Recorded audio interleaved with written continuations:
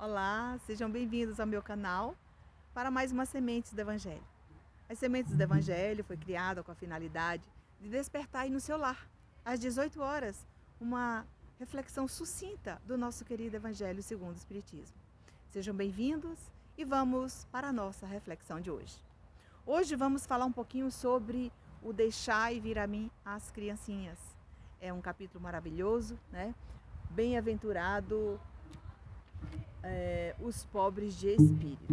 Então vamos falar um pouquinho dessa criança interna que está aí no seu coração, dessa criança que desperta. Hoje nós estamos aqui nesse ambiente maravilhoso, né? Vamos aproveitar essa oportunidade e hoje eu vou ler várias mensagens aqui nessa reflexão de hoje, várias mensagens do livro da Dona Maria João de Deus, porque a partir desse capítulo tem mensagens pequenininhas que dá para ler várias, né? Então vamos aproveitar aí no seu coração, fazer aquela prece lá que vem do fundo do seu coração para oferecer para aquele ente querido, aquele familiar, aquele irmão, aquele amigo que está precisando. Então, foque no Evangelho, busque refletir sobre ele e daí você vai distribuindo para todas essas pessoas essas energias salutares. Capítulo 22, na vida da alma livre. Num ambiente de paz e serenidade, transcorreram os meus primeiros dias no além-túmulo. Veja bem, assim que ela chegou, ela foi esclarecida pelo seu mentor espiritual, pelo seu guia. Depois ela recebe a visita da mãezinha dela. E agora ela diz que começa, né, a transcorrer os dias dela com serenidade. Ela começa a imprimir aqueles primeiros dias em paz. Não obstante, a minha tranquilidade impressionava-me. Ainda as sensações corporais, em razão das profundas raízes, sentimentos que me ligaram ao orbe terráqueo. Bastaria que me colocasse em contato com as recordações da vida que deixara, para que revivessem, em meu mundo interior, incidentes que presumia inumados para sempre no esquecimento. As mais acerbas lembranças. Avivaram-se, então, as próprias dores físicas que eu experimentara nos meus últimos tempos na Terra.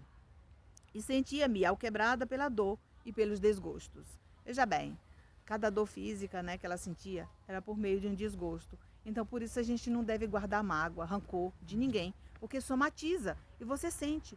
Cada pontada no seu braço, na sua perna, no seu rosto, na sua cabeça, onde qualquer órgão seu, isso reflete muitas vezes naquele pensamento ruim, naquela situação mal resolvida com alguém. No próximo encontro ela diz, na vida do além-túmulo, na vida do além, o pensamento é quase tudo. São essas manifestações de vontade, fraca e indecisa, que mais torturaram os trespassados, no início da sua existência extraterrestre. Na vida livre, o pensamento é quase tudo. Não há nela formas determinadas como no mundo da matéria, e tudo se subordina aos ditames de uma vontade potente. Então, aqui ela já está deixando um recado que o pensamento é tudo, tudo aquilo que você pensa, reflete, somatiza e acontece. Então, por isso, a gente tem que policiar muito a nossa mente. Dificuldade à concentração mental.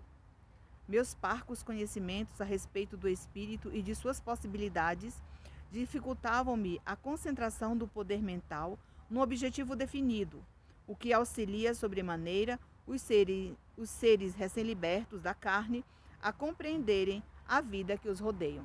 Então, nesse momento, quando você está semi-liberto ali entre o corpo físico e o corpo espiritual que você está deixando a Terra, os pensamentos, né, decorrentes de toda a sua vida na Terra, ele é transmitido na sua tela mental como uma televisão. A mesma coisa que vai acontecer quando você estiver sendo esclarecido no mundo espiritual. Você passa 2 vezes por essa experiência, tá?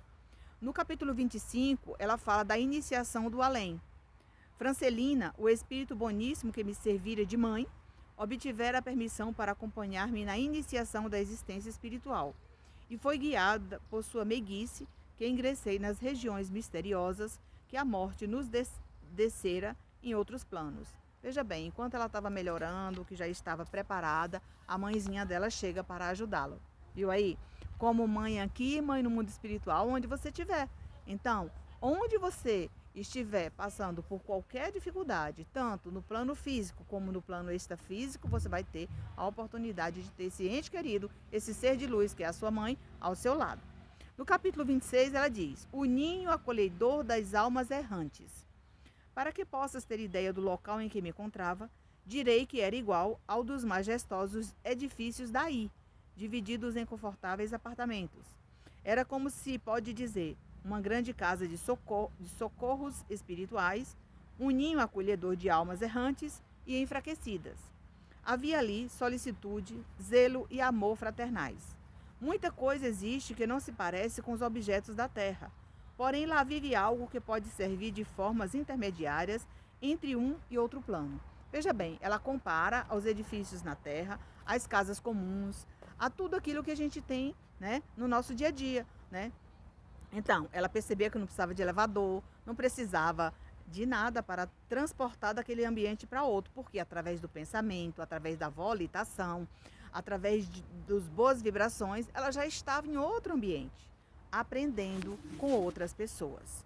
Então, esse livro, ele traz um esclarecimento para você que está aqui assistindo conosco as nossas sementes. Agora chegou a hora de complementar com o capítulo 8, Bem-aventurado os pobres de espíritos. Os puros de coração, desculpa. Capítulo 8, Bem-aventurados os puros de coração. Deixai vir a minhas criancinhas. Uma mensagem de João, o Evangelista, Paris, 1863. Disse o Cristo, deixai vir a minhas criancinhas. Estas palavras sábias, em sua simplicidade, não continham apenas um chamamento dirigido às crianças, mas especialmente àqueles que estacionam nos círculos inferiores, onde o infortúnio e a miséria desconhecem a esperança. Então, aqui eu vou fazer o primeiro comentário. Às vezes, quando você está trabalhando numa empresa e você é dispensado, quando você sente que dali em diante você vai ter que buscar uma nova oportunidade, você começa as suas aflições. Não pensam no aprendizado, na reflexão que você vai fazer, né?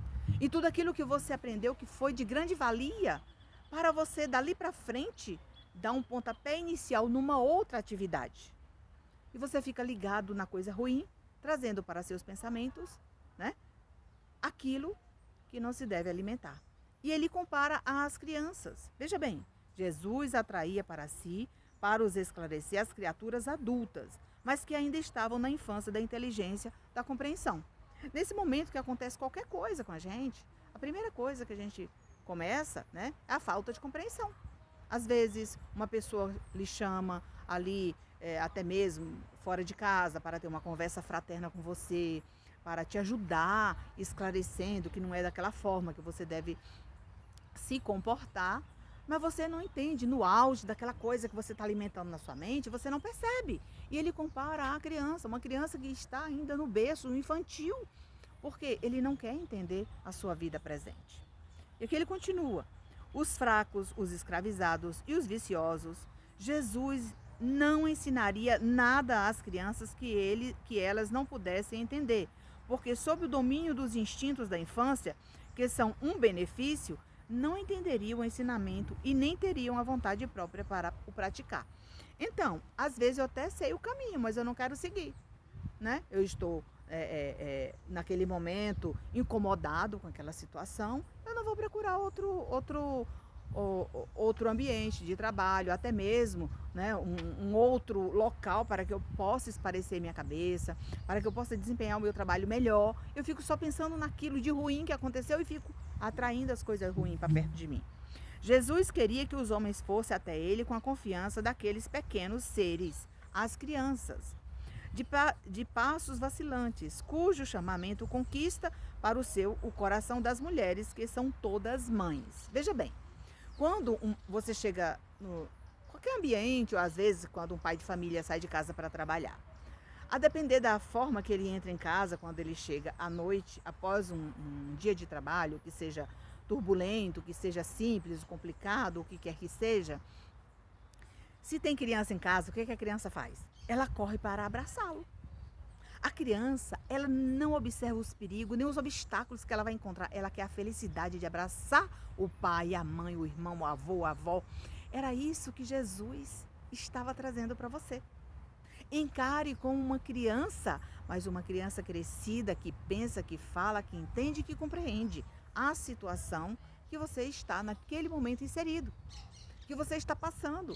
Então, a criança, ela não olhava para nenhum obstáculo, sendo que você, né? Jesus usou essa analogia para lhe advertir. Não haja como uma criança.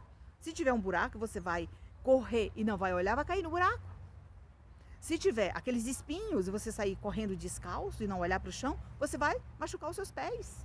Então, nesse momento, tenha força de vontade, tenha o querer, a oportunidade de renovar os seus votos com Deus, aproveitando todas as oportunidades, tanto como criança, como jovem, como adulto, como já idoso.